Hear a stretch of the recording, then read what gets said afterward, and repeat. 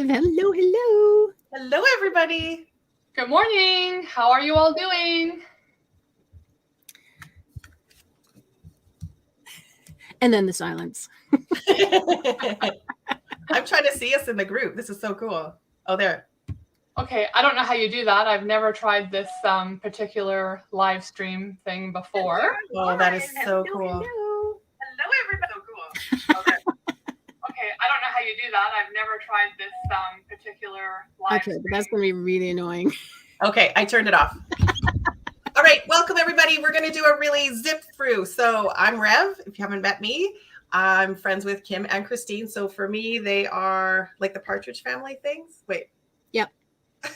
For me, this one, like everybody looks the way everybody looks down there. So everyone has the same position. It's the story of three ladies who were cooking up a storm of their own. Okay, I'm going to start. So this is like my thing that I got from Pampered Chef. The first thing, my gateway item.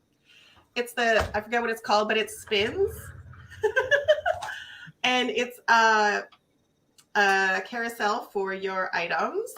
So my camera doesn't go quite the way it does. So I have like masses of stuff in here, and I love rainbows. So I've got my straws. I have big straws, little straws. These are my Pampered Chef tongs. Ooh. So they have a silicone tip at the end, and then they have a lock on them. So when I want to put them away, I put them like that. If I'm ready to use them, boom, shakalaka. It's a gravity lock. Oh, I love those gravity locks. Yeah. Mm-hmm. So, and these are quite rounded. So if I wanted to do eggs or something like that, round, like boiled eggs or something, I can totally get these. And I love that they have the silicone thing. So they're gentle on my pans. And I actually use them to kind of scrape if I've got sauce or something a little bit. And anyway, they're quite precise too. Mm-hmm. Quack, quack, quack, quack. And they're Anyway, long. so that's one of my favorite Pampered Chef tools. This is actually one of my other ones. It's a small nylon spatula. See, I'm going to be right back. I'm going to get my teal one so they can see the teal color. Oh, I love that color. If I So can I find think I that got one. this one, whatever, I can't remember. But I use this in actually my Tupperware MicroPro grill because it's the right size. It's so small. And then I also use it if I have a tiny pan or if I'm trying to get something out of a small container. I really, really like this. But the handle, it's small and tiny to get into places, but the handle's big enough to hold. So that goes in there. Pampered Chef. I think that's it for Pampered Chef items. But this container is amazing. So it's got, I think, 6 little outer ring compartments. Oops.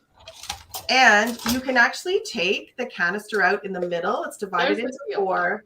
How many items do I have in here? We should do this as a game. Ah. And then you could actually, so then that leaves an opening in the middle. And I love it turns. Yeah, it spins around. And then here's the bonus. I don't use this that often, but I do like knowing where my spoon rest is at all times. Oh. I didn't know that. And it comes in and out really good. It's got a good like finger spot for it. Okay. So hang on, Rev. I'm going to put Christine on the big screen for a minute so that she can show us the teal little spatula. Tell me about it. So this is our teal one, and then we have a little metal one as well. Ooh. So these are really cute. That. I love the color. Oh, me too. I know it matches our pans. I know. Actually, I got a little shipment yesterday. Hang on. Holy shipments. Don't mind all the mess behind me. But yeah. While you're looking, I have a question about the color thing. Because Tupperware also has a lot of colored stuff, but the colors keep changing. Yes. Does the Pampered Chef color ever change? You know what? I'm not 100. I think some of it does because with our, and I have it some here. Sorry about my back to everybody. It's a nice colored shirt. Our bakeware. And I know one year it was, this is the like a stoneware, mushroom. but it's the bakeware. So there's a couple of pieces in the set. There's 3 pieces actually. I have the tray, Christine. So there's 3 pieces. I have the tray. Yeah. It was cranberry at one time. So I think they do change off and on. I guess it depends on. But it's at least 1 or 2 years, Kim, because I've been doing Pampered Chef for, I think it's my first anniversary to have an account, but I've been looking at it and drooling over it for, I guess, 2 whole years. And they're still on the same colors for 2 whole years. Okay. Yeah. And I have some Pampered Chef that is 20 years old. Still works great. Some of my stoneware. One of my pizza pans is 20 years old, and it's well seasoned, and the stuff stands up. So I know some of the stuff changes, some doesn't. Now the stoneware is dishwasher safe, whereas before it wasn't. So some of the stuff changes. I guess they try to change it so depending on what people want. One product a lot of people were asking about in the group is our mandolin. Look how tidy that is. So this is how it sits in your cupboard, or if you have a drawer. And so it just sits, comes apart. This is what part, Christine, what parts of that go in the dishwasher? It can all go in the dishwasher. Even the blades? Because normally blades. The blades are inside, so you can open it. I have to hold it. So the blades are in here. I have a beautiful mandolin set that has the Tupperware one. Yeah. And it's very good, but when it sits on the counter, it has just this angle. So if I have something a little harder, I find I have the Tupperware. I'm trying to put the energy across the thing and then hold the thing, so it's not gravity and the table working together. It's me against me. Yeah, and this one, it just opens up. It sits. Yeah. You just turn this really easy. Yeah. Oh, there goes my doorbell. Okay. So, and then the little knobs. Oops. So you can put that whole thing with the knobs in the dishwasher? Yeah, you just lie it in the top rack. So that's one piece? Yeah. Now for that, you change the dial to get the different cuts, right? You don't have to actually take the blades out and change them? No, you just turn this.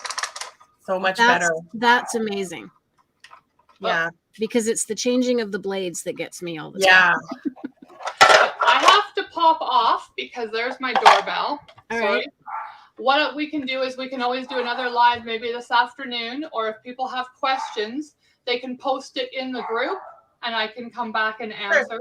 Rev, you can always ask a few or post the questions if somebody has questions. And this just pops, turns. And pop and lock. Yeah, so it's very easy. And it all sits together and in that little container. So smart. So smart. Yeah. But I'm sorry I have to leave. Okay, thank you for squeezing us in. Okay. Bye. Bye. You just let yourself out, Christine. Just leave the stream. Oh, I see it. Yep.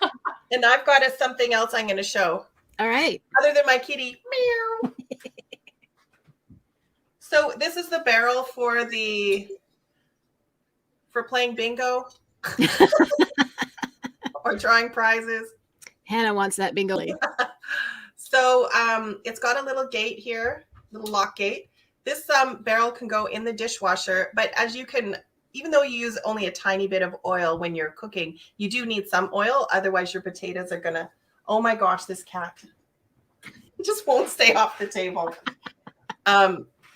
Anyway, so what I do is, because I do barrel dinner. So I do maybe 3 or 4 medium potatoes and some sausage that I cut. Either I leave them whole and score them if they're still kind of frozen, or I cut them into bite-sized chunks. And then I let them go for a 20-minute cycle together. And then I don't have to add oil because the sausage provides the oil onto the potatoes. So good. And then I dice up normally bell peppers, but I've done small Brussels sprouts. They're about the same size, and then toss them in, just add it to it because the potatoes, of course, get smaller. Once I did mushrooms and they went from this big to this. It was so funny.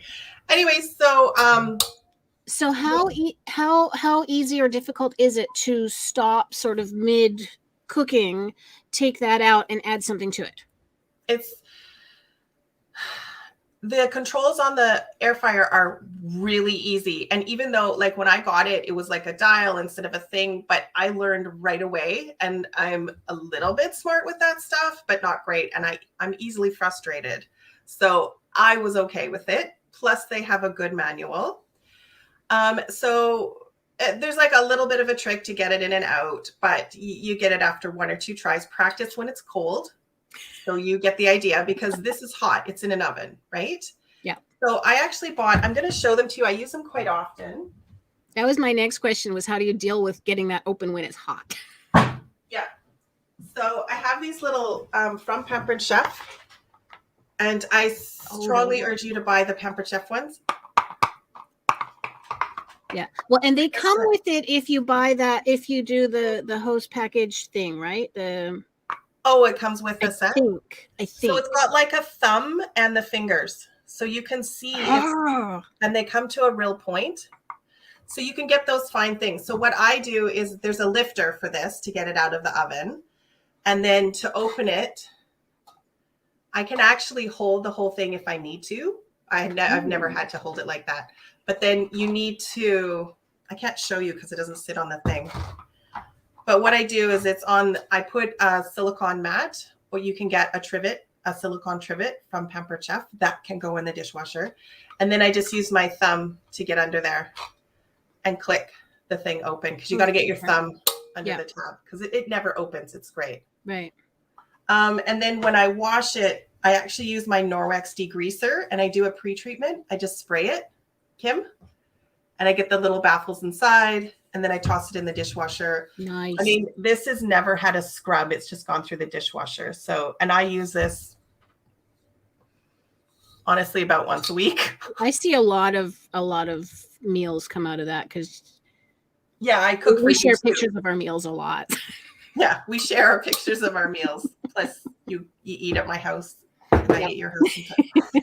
Okay, I'm going to show you guys one other thing I've really liked. It's this timer. So it actually has 4 timers. And it does have a clip, or you can set it up to stand on the table. And it's nice and big, easy to read the dials. So I started doing the sourdough bread.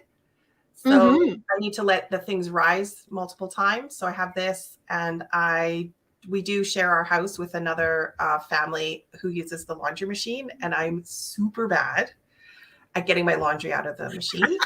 Like super bad. I had a little reminder on my doorknob to the laundry room.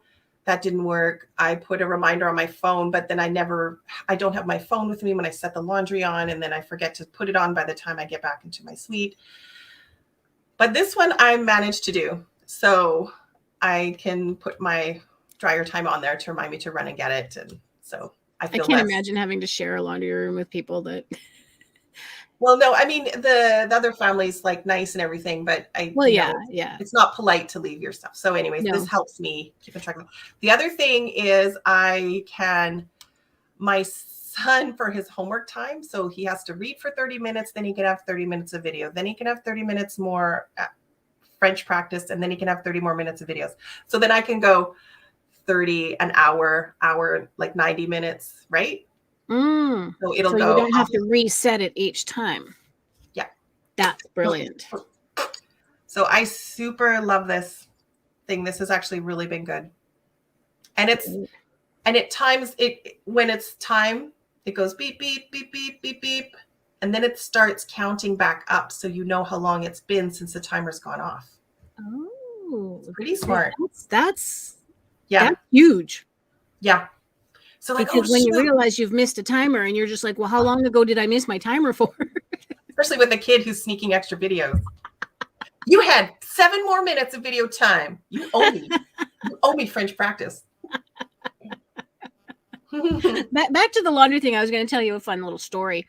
Was when I lived in Japan. We have our own washing machine at the house, but most houses in Japan don't have electric dryers. They hang everything. which is fine unless you're in the rainy season when it rains a lot and hanging stuff outside is just not cool. Not gonna do it. And there's certain things, like, I'm sorry, but I like my socks and underwear to be soft and fluffy all the time. I don't like hanging them to dry. So I used the coin laundry down the street a lot. And there were, 5 or 6 machines. And it was, the coin laundry is, I believe it was just dryers. I don't even think there was. Oh, yeah. There might have been one washing machine because people Right. would do their great big blankets in it. But it was never an issue of you'd go in there and they were all full. That never happened because not very many people use these in Japan. But I'm gonna grab something while you tell the big conclusion of your story. So I would leave my I would take my laundry and put it in one of these dryers and go home. And I would forget about it. Oh, no. And I used at the time, because I had not met Norwex or anything like that, or essential oils, I used dryer sheets. Oh. And my dryer sheets were from Canada because I loved my Canadian dryer sheets. They don't have dryer sheets in Japan. Well, some of them just smell so good, and you get conditioned to those smells. Yeah. Wow. So I had dryer sheets in my dryer. Mm-hmm. So whenever anybody went into that laundromat, immediately they could smell that my laundry was in there. Yeah. And the entire town knew what my laundry smelled like. Oh yeah, because you were in a little village. I would occasionally get neighbors come and knock on my door and say, "Oh, I just wanted to let you know you've left your laundry at the machine." Oh my gosh, how cool is that? So I had my own local timers that knocked on my door. The old timers. Yeah. And they weren't being nasty. They were literally just, I think you forgot. Oh, you do have 2 small children and a big household to run and working, so. Yeah. Okay, so here's my Dutch oven. The thing is heavy. It's never, ever going to break, like at all. This is the 6-quart one. I got this one on sale, and I love it. I love the color. It's the teal one.